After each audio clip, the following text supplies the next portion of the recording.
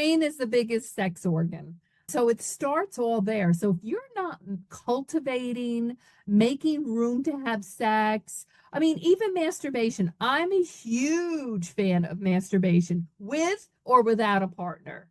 Right. You can pleasure yourself all by yourself, even if you don't have a partner. You can make it nice, it can be special, but you have to make room for it in your brain. You have to allow the space because we're busy. Women are Oh, yeah. busy. They're busy from sun up to sundown. I don't have time. I don't have time. I don't have time. Even myself, I'll be like, why am I so irritable? And I'm like, oh, because right now I don't have a partner and that's a conscious choice. And I'm like, oh, I don't think I've masturbated in a week. And I'm like, All right. I am so excited about today's guest, Ann Bell. Her journey into this particular field began in 1998 as a massage therapist, where she discovered a deep need for addressing mental, emotional, and relationship health in people's lives. Clients found solace confiding in her during their sessions, and in 2012, she made the decision to formalize her commitment to their overall wellness. In 2020, she furthered her expertise by obtaining certifications in relationships, sex, and love coaching. She is now a Sexpert, and I can't wait to talk with her. I've been listening to her, and she is so much fun. Welcome, Ann. hi, Amy. Thank you for having me. Yes, thank you for coming. So, I wanted to talk with you today about menopause and sex and everything in between. What is going on with us? Well, it's interesting because I like to refer to it, it's no longer your mother's menopause.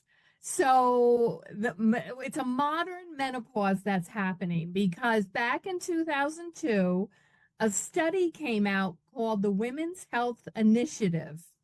And before that, 70% of women were on hormone replacement therapy. Now, when this study came out, the big was it's causing breast cancer. Everybody came off of hormones. And now for over 2 decades, women have suffered, especially the boomers. I'm a late boomer, early Gen Xer. So I'm right on that cusp.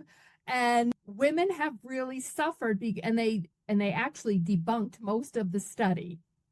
But it still lives on, and a lot of doctors are not educated in hormone replacement therapy.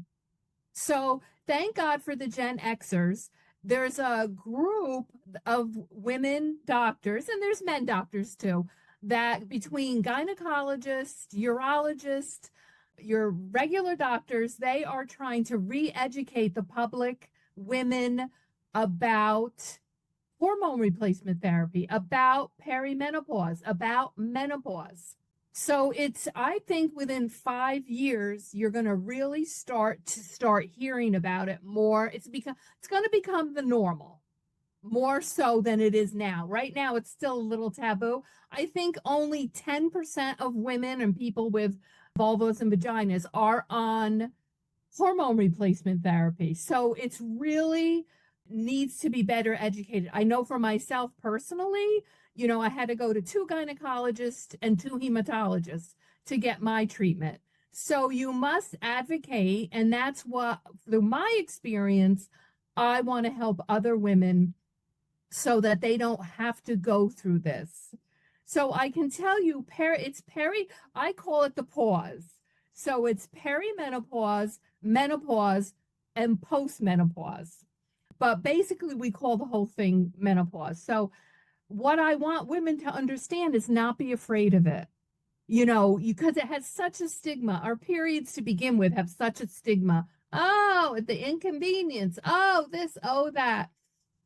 So it's one more stage of our life. And now, because we're living longer, we're going to spend more time in the menopause phase.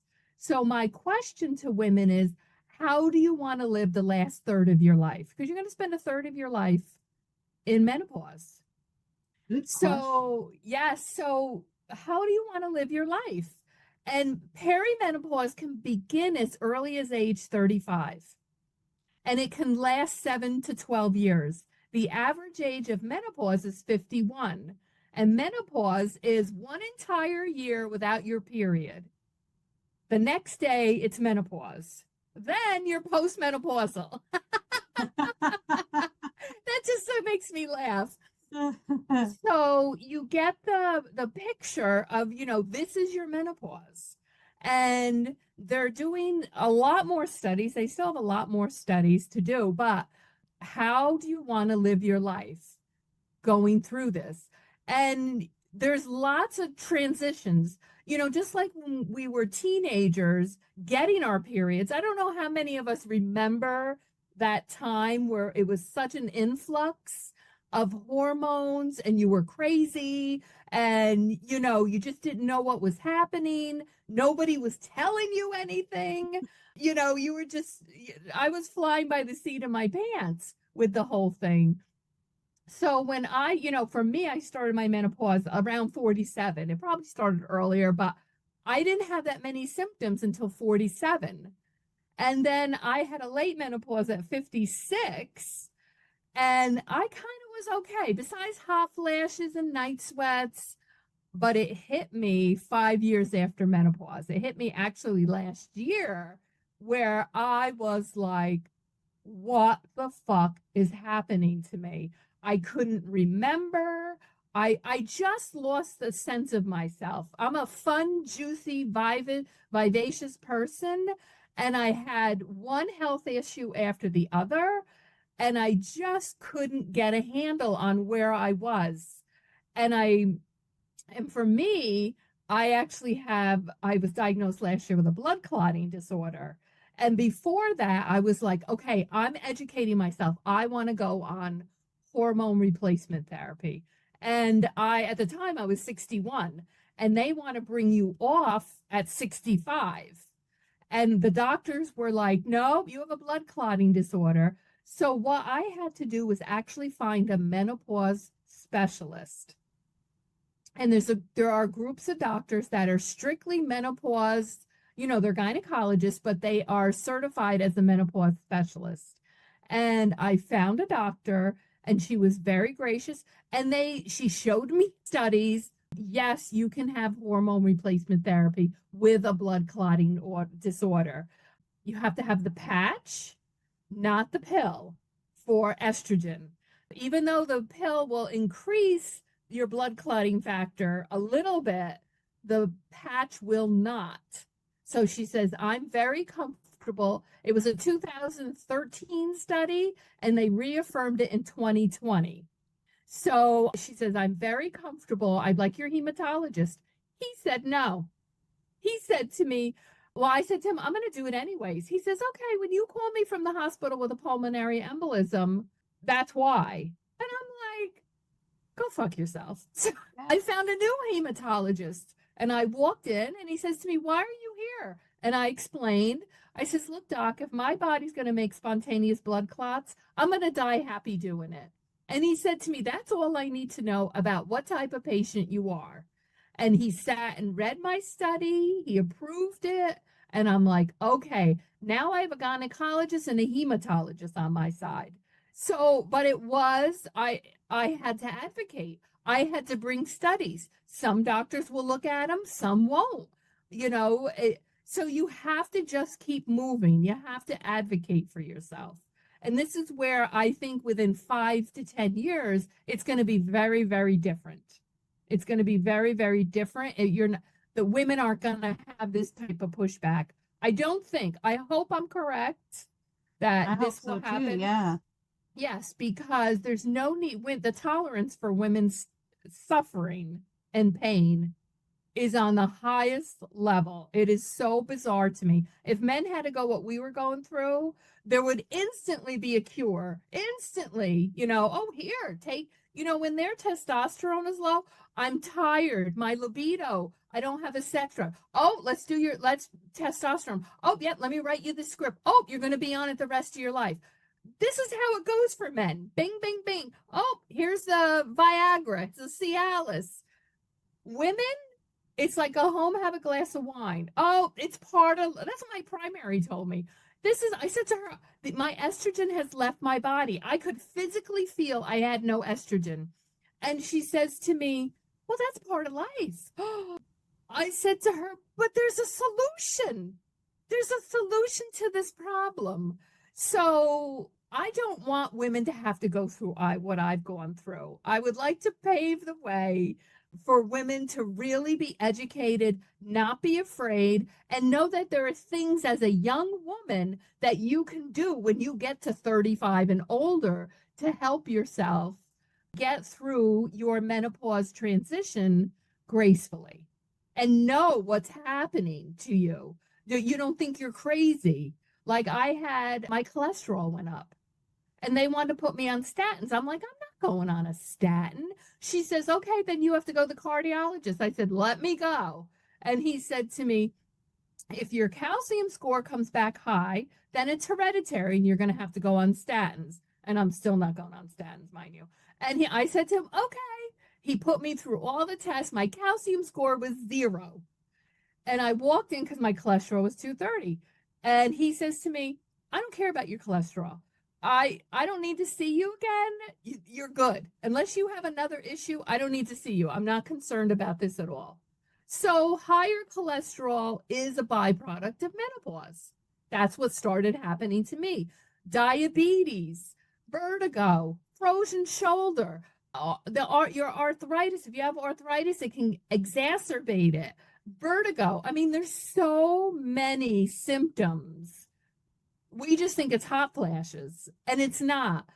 Cognitive function. Menopause is changing your brain chemistry.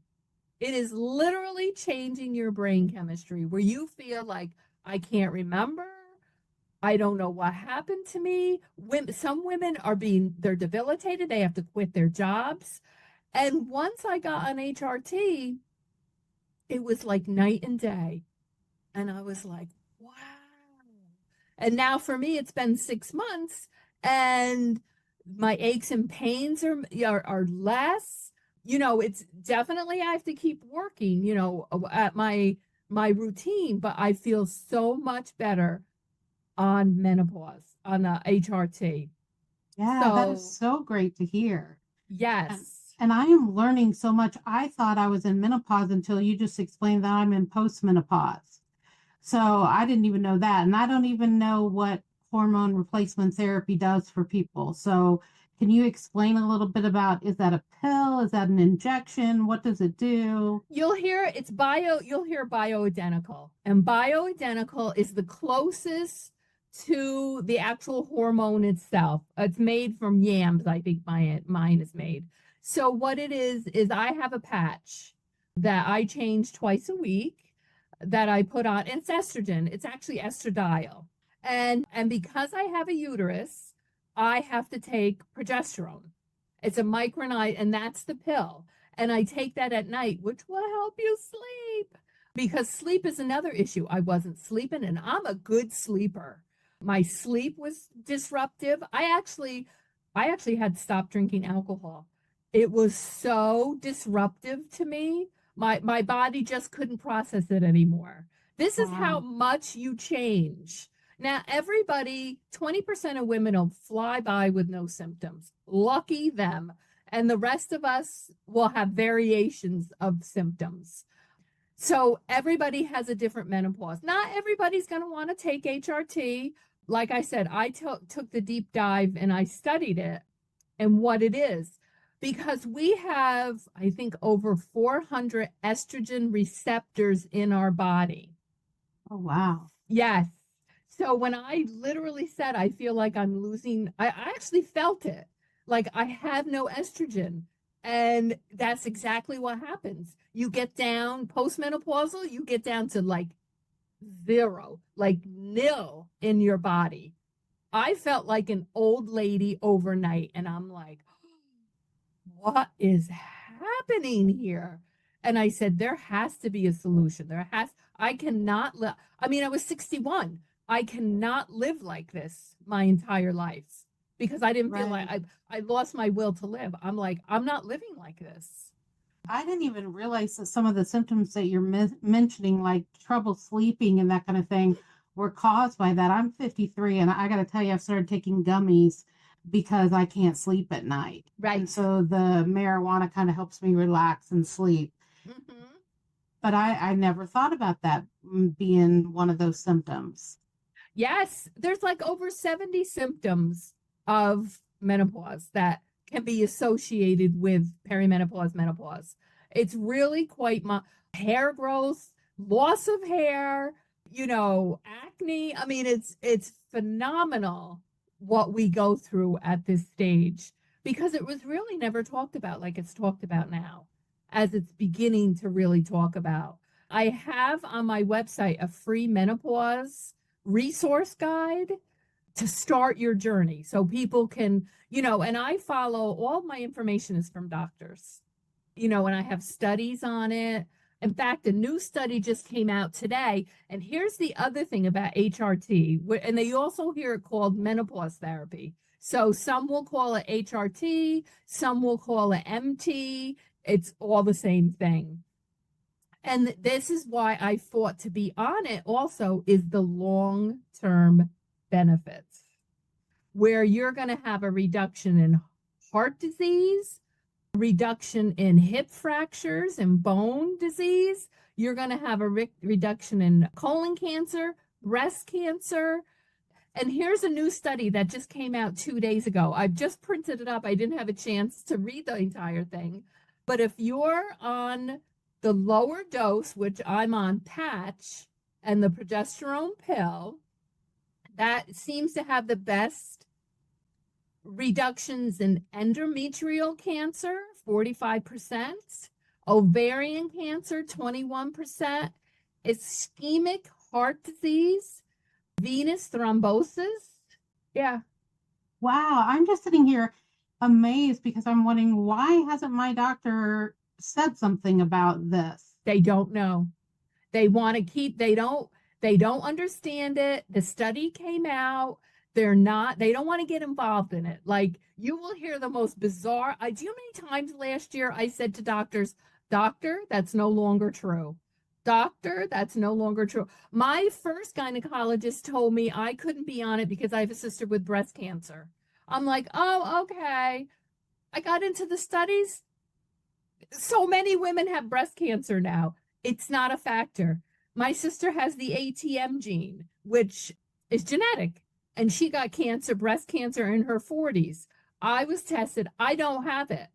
But this doctor across the board said, oh, no, you have a sister with breast cancer. You're not. And that's no longer true.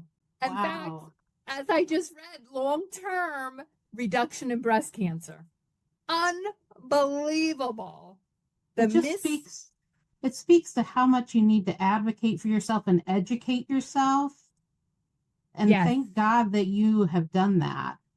Well, because I knew intuitively I had to be on HRT to save my life and to move forward for the next 20, 25 years. I needed to feel like myself. And I knew I was like, you know how sometimes you just know, you have a knowing, your intuition is screaming at you. You have to do this. I just knew. And my blood clotting disorder came, I got blood clots before I was on HRT. That was the first thing they're asking me. Oh, did your blood clots come after you were on HRT? Because that's a contraindication. I said, nope. My blood clotting disorder came first. So that blows their theory right out of the water. Right. But even if you have, I'm on HRT, I can still have, I'm on blood thinners, I can still have blood clots, but being on the patch will not increase my blood clotting factor at all. Interesting. Right. So tell me, going into a little different variation here, how do all these things with perimenopause, menopause, postmenopause, how do those affect women's sex lives? Drastically. Like I use myself as an example. Through my perimenopause, I'm a highly sexual woman to begin with, but I was really sexual. I was like, wow, this is great. I was having fun. I was really enjoying myself. And then last year, I lost my libido altogether. Excuse me. And I'm like, what? Where'd it go? Where's my juiciness? But that was the problem, that because my body was lacking, your testosterone, your estrogen, your progesterone, all of this matters. And plus, I think for women, as we get older, menopause is a time, I believe, of resurgence. I like to call it a spiritual reawakening, where you've done maybe the traditional role. You've got married, you have children, you have career, you were very focused on other things. And now at menopause, you say to yourself, what about me? When is it my turn to have a little something for myself? When do I matter? You could be caretaking for parents, and it's like, when do I matter? When do I get a little piece of this happiness? So this is also what's happening for women. They're making space for themselves. I believe women stop having sex at this age for two reasons. One of two reasons. It's the menopause and untreated symptoms, or your partner. Lack of partner, or your partner is really bad, or your relationship is unhappy. Your partner, your sex life has been bad, and it's an excuse to go, done. I don't feel good. I don't want any more of this. Right. I've got a headache. Yes, I was just having a conversation last night. Went to a woman's networking group, and the woman sat next to me. We were talking about this. She says, "Here, I thought it was me. I thought it was me, that I didn't want to have sex. Something was wrong with me." She says, "I got a divorce and I got a new partner." She says, "It wasn't me."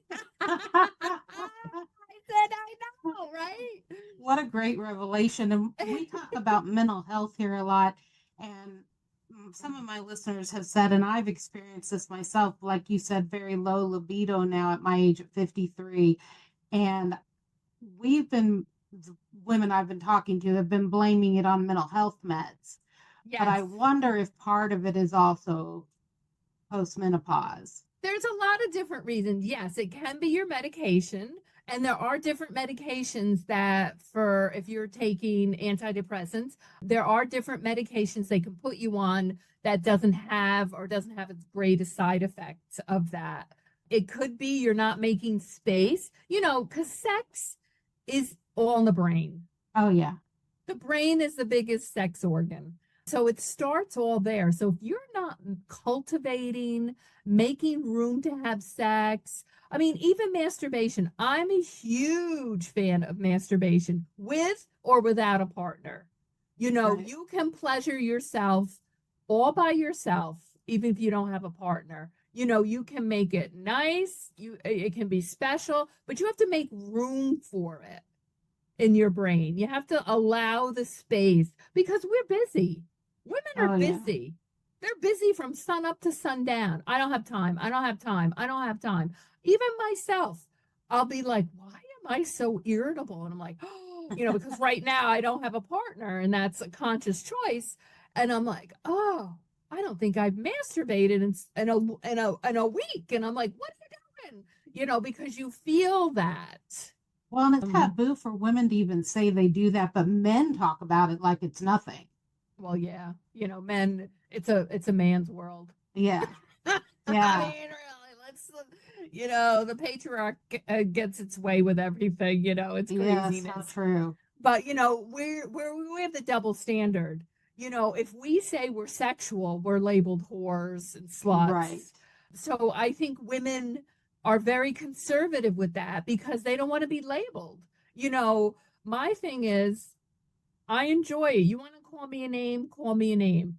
I'm not, your what you think of me does not matter.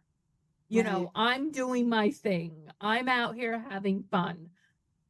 But it's harder for younger women. You go through, you're looking for a partner. You hear them talking about the number. What's her number? I'm like, fuck off. Yeah. What? Who cares what the number is? What's your number? They're out there being a hoe. And it's like, You're supposed to come to them as the virgin. Right. It Be chaste. boggles my mind Yeah, the it way is they think crazy. about this sometimes. Yeah, don't state your number. But there's also drugs now for women for a low libido. There's one drug called Addi, ADDI, which is fabulous for women for low libido. But here's the other I've thing. never heard of that. I know, I know. It's all out there. There are different, but you have to get with a menopause specialist. Okay. You have to get with a menopause specialist because they know about it. And there's North American Menopause Society. That's where I found my menopause specialist. And there's another one called ISWISH, where they have menopause specialists. So they're highly trained and all, and they'll know all the up to date information about Mm-hmm. that. But here's the number one thing that most doctors will write, they'll give you an antidepressant for your menopause because you'll go in with, I was sitting there crying to my doctor. I was emotional, which is not me. And she says, "Why are you so upset?" I said, "Because this is not me. What is happening to me?" And she did. She wrote me a script for Wellbutrin. I'm like, the number one script to be written for women in perimenopause and menopause is hormone replacement therapy, is some sort of hormone replacement therapy for you. But they'll write you a antidepressant, which So what? does nothing. Right. So what would you recommend to a woman that does go to her doctor and say, like you said, I'm not myself, something is wrong, and their doctor just kind of shuffles them on out the door and doesn't listen? Another doctor, another Another doctor. doctor. Don't Okay. waste your time. They're uneducated. They don't want. I brought studies to my doctors. He Yeah, didn't that's even want. awesome. He didn't even want to read it. So he says to me, finally, he made his decision after 3 visits. I said, "Oh, okay." He says, "Well, it's no." I said, "Oh, well, how did you make your decision?" "Well, studies." I said, "Oh, can you show me your studies?" I mean, I was interested. I'm like, if there's studies out there that says no, I want to see them. And he says, "Oh, it's on a doctor's website." I says, "Could you print it out?" He goes, "No, no, it's just for doctors." Oh I'm my like, gosh. "You arrogant piece," and I Yeah. said to myself, "All right, you're done."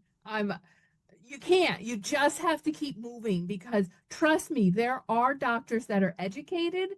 There are doctors that want to hear it. There are doctors that'll read your studies, and there are doctors that will understand. Do not waste your time with doctors that don't want to understand you. I no longer give them the visit. It does. I don't get that vibe. I'll move on to the next doctor. That is great advice. And I think we're so used to just deferring to the Yeah. doctor Yes. and listening to what they say. And we need to start advocating for ourselves. The ones that the God complex, the ones that you challenge, because I challenge, I get it. I'm coming in, I've got information, I speak like this. I say to them, "Doctor, that's no longer true." They don't like that. A lot of I feel like the God complex ones, they're busy, they don't want to be challenged, they don't want a patient like me. So I keep moving, Okay. you What know. where can people find you, and do you offer coaching or? Yes, I do. I offer coaching. I also have on my website, it's aconfidentialconversation.com. I also have a free Love Your Libido workbook so you can see where you're at. I have a free love assessment quiz that you can take. I have a free menopause resource page so you can start your journey there because it's not just HRT. There's like 5 things you need through your menopause. It's HRT, and if you can't have it, there's non-hormonal options. Exercise, sleep, stress reduction. Oh my God, I always forget one. And nutrition. It's not just one thing, it's these and supplements. It's all of these things combined. As young women, we obsess about our weight. What's our weight? What's our weight? It's really going into how strong am I? How do I keep myself out of a nursing home? How do I keep myself from becoming a frail old lady? Right. these are the questions to ask yourself and start preparing for your midlife to end life journey. Wow, I got to tell you, I've learned so much today, and I really appreciate you coming on, Anne. Oh, you're When I think welcome. of you, I think funny, fabulous, all these F words, funny, fabulous, you're just Oh, great. Thank you so thank much. you, Amy. That's very kind of you to say. Yeah, is there anything you'd like to leave our listeners with today? Advocate. I educate yourself. I have the resources. Start your journey there. I've tried to wind it down a little bit, give you a starting place, and then you go from there. I'm not a doctor. I have my experience, but educate yourself so you know if a doctor says no to you, you keep moving. You go to the next doctor. You know where to look for the doctor that's going to help you. And don't give up. Don't give Great up. advice. Don't Great. give up because there is help out there for you. Thank you so much, Anne. Thank you, Amy. All right, I hope you have a great weekend. You too. All right, that was interesting and fun, lots of fun. So now I want to make sure that you guys check out Anne Bell on her website at aconfidentialconversation.com. You can also find her on Instagram and Facebook under A Confidential Conversation. And Anne has left us with 3 resources from her website that are completely free for you. One is on how to love your libido. Another is on menopause resources. And the third one is a love assessment. You definitely want to go check those out. But before you go, please remember to subscribe and share. And don't forget to check out my website at www.advancingwithamy.com. Keep advancing, warriors.